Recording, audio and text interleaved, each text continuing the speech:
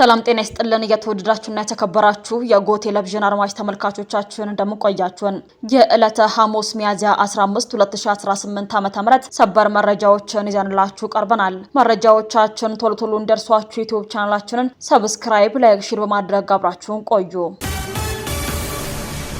ጠቅላይ ሚኒስትር ዶክተር አብይ አህመድ በአፍሪካ ህብረት የሰው ሰራሽ አስተውሎት አርቲፊሻል ኢንተለጀንስ እና የዲጂታል ጤና ዘርፍ መሪ ሆነው ተሹመዋል። ሹመቱ የተሰጠው ጠቅላይ ሚኒስትር ዶክተር አብይ አህመድ በዘርፉ ላሳዩት አመራርና ኢትዮጵያ በአህጉሩ የሰው ሰራሽ አስተውሎትና የፈጠራ ስራዎችን ለማስፋፋት እየተገበረች የምትገኘውን የላቀ ሚና እውቅና ለመስጠት ነው ተብሏል። በተላከው የሹመት ደብዳቤ ላይ የሚከተለውም ሰፍሯል። የተከበሩ የእርሶ ዲጂታል ትራንስፎርሜሽንና ዲጂታል ቴክኖሎጂን ለማስፋፋት ያደረጉት አሰራር ሰው ሰራሽ አስተውሎት ለአፍሪካ ሉዓላዊነት ለውጤታማነትና ለአሳታፊ እድገት ቁልፍ መሳሪያ ሆኖ እንዲያገለግል በማስቻል ረገድ ትልቅ እገዛንም አድርጓል።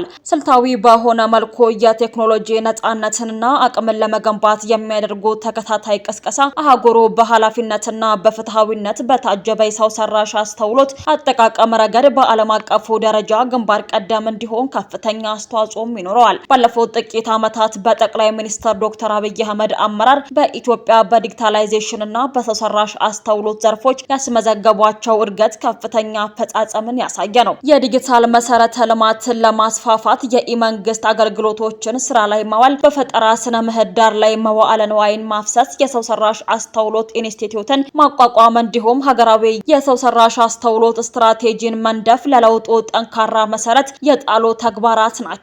በተጨማሪም ራሱን የቻለ ሰው ሰራሽ አስተውሎት ዩኒቨርሲቲን ለማቋቋም የታቀደው እቅድ ምርምርን፣ የክህሎት ልማትንና አህጉራዊ ትብብርን ይበልጥ እንደሚያጠናክርም ይጠበቃል ተብሏል።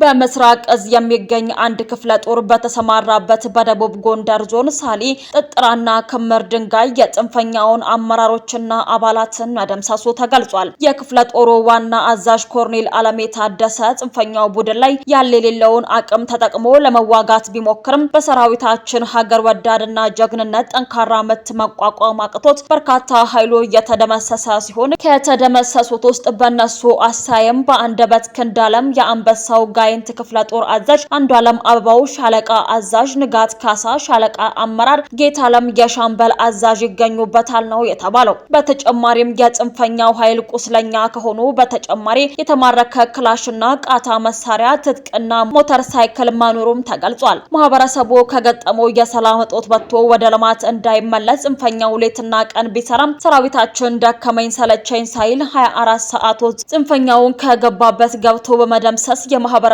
የሰላም እንቅስቃሴ ወደ ነበረበት እንዲመለስና ተጠናክሮ እንዲቀጥል ብርቱ ስራዎችን እየሰራም ይገኛል። ኮርኔል ደመቀ በሚያስተዳድሩት ወልቃይት ዞን የትግራይ ተወላጆች ላይ የመብት ጥሰት እየተፈጸመ ነው ተባለ። በምዕራብ ትግራይ በአማራ ኃይሎች አጠራር ወልቃይት ጠገዴ ዞን የሚገኙ ባለስልጣናትና የጸጥታ ኃይሎች የሁለት ዓመቱ ደም አፋሳሽ ጦርነት ካበቃ ከ4 ዓመታት በኋላም በትግራዋይ ተወላጆች ላይ የዘፈቀደ እስራት፣ የመንቀሳቀስ የስራና አገልግሎቶችን የማግኘት መርዶ የተሞላበት ገደብ እየጣሉ መሆኑን ሂውማን ራይትስ ዎች ባወጡት አዲስ መረጃ ላይ ተመላክቷል።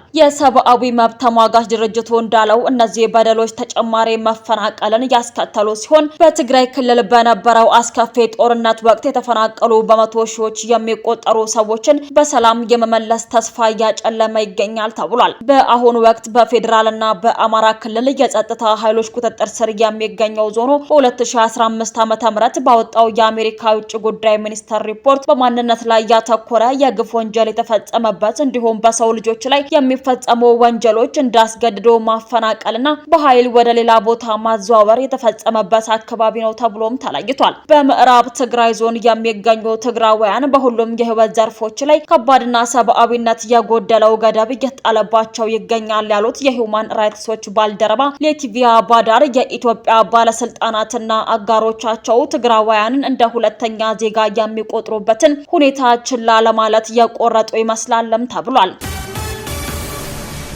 የኢትዮጵያ ፌዴራል ፖሊስ የጦር መሳሪያዎችን በዘመናዊ ዳታቤዝ መመዝገብ መጀመሩ ተገለጸ። ፌዴራል ፖሊስ በተቋሙ ግምጃ ቤትና በአባላቱ እጅ የሚገኙ የጦር መሳሪያዎች ላይ ምልክት የማድረግና ወደ ዘመናዊ የመረጃ ቋት የማስተጋባት ስራ በይፋ መጀመሩን አሳውቋል። አዲሱ አሰራር በሀገር አቀፍ ደረጃ የትኛውም የጦር መሳሪያ የት እንደሚገኝ በቀላሉ ለማወቅና ለመቆጣጠር ያስችላልም ተብሏል። ምልክት የማድረጉ ስራ ህገወጥ የጦር መሳሪያ ዝውውርን ለመክታት፣ የጠፉ መሳሪያዎችን ለመለየትና በጦር መሳሪያ የታገዙ ወንጀሎችን ለመመርመር ትልቅ አቅም እንደሚፈጥርም ተጠቁሟል። የምዝገባ ሶፍትዌሩና የመረጃ ቋቱ በፌዴራል ፖሊስ የቴክኖሎጂ ባለሙያዎች የበለጸገ መሆኑም ተመላክቷል። በፌዴራል ደረጃ የተጀመረው የምዝገባ በሁሉም ክልሎችና የከተማ አስተዳደር ፖሊስ ተቋማት ውስጥ ተግባራዊ ይደረጋልም ተብሏል።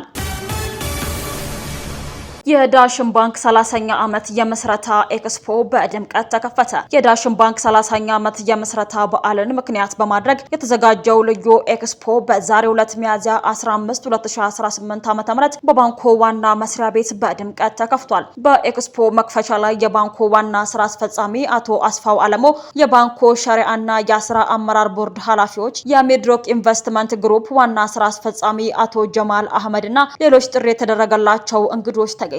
እስከ ሚያዝያ 24 2018 ዓ.ም ለ9 ቀናት በሚቆየው በዚህ ኤክስፖ ላይ የተካተቱ ዋና ጉዳዮች መካከል 8ኛ ዓመቱ ሊደፍን ጥቂት ቀናት የቀሩት የዳሽን ባንክ የወለድ ነጻ የባንክ አገልግሎት ሸሪክ በአሁኑ ወቅት 1.5 ሚሊዮን በላይ ደንበኞች ማፍራት መቻሉም ተገልጿል። ባንኩ በ11 ባለ ራዕይ መስራቾች ከተመሰረተበት ጊዜ ጀምሮ ያለውን 3 አስርት ዓመታት የፋይናንስ ጉዞ የሚያሳዩ ልዩ አውደ ርዕዮችንም ቀርበውበታል።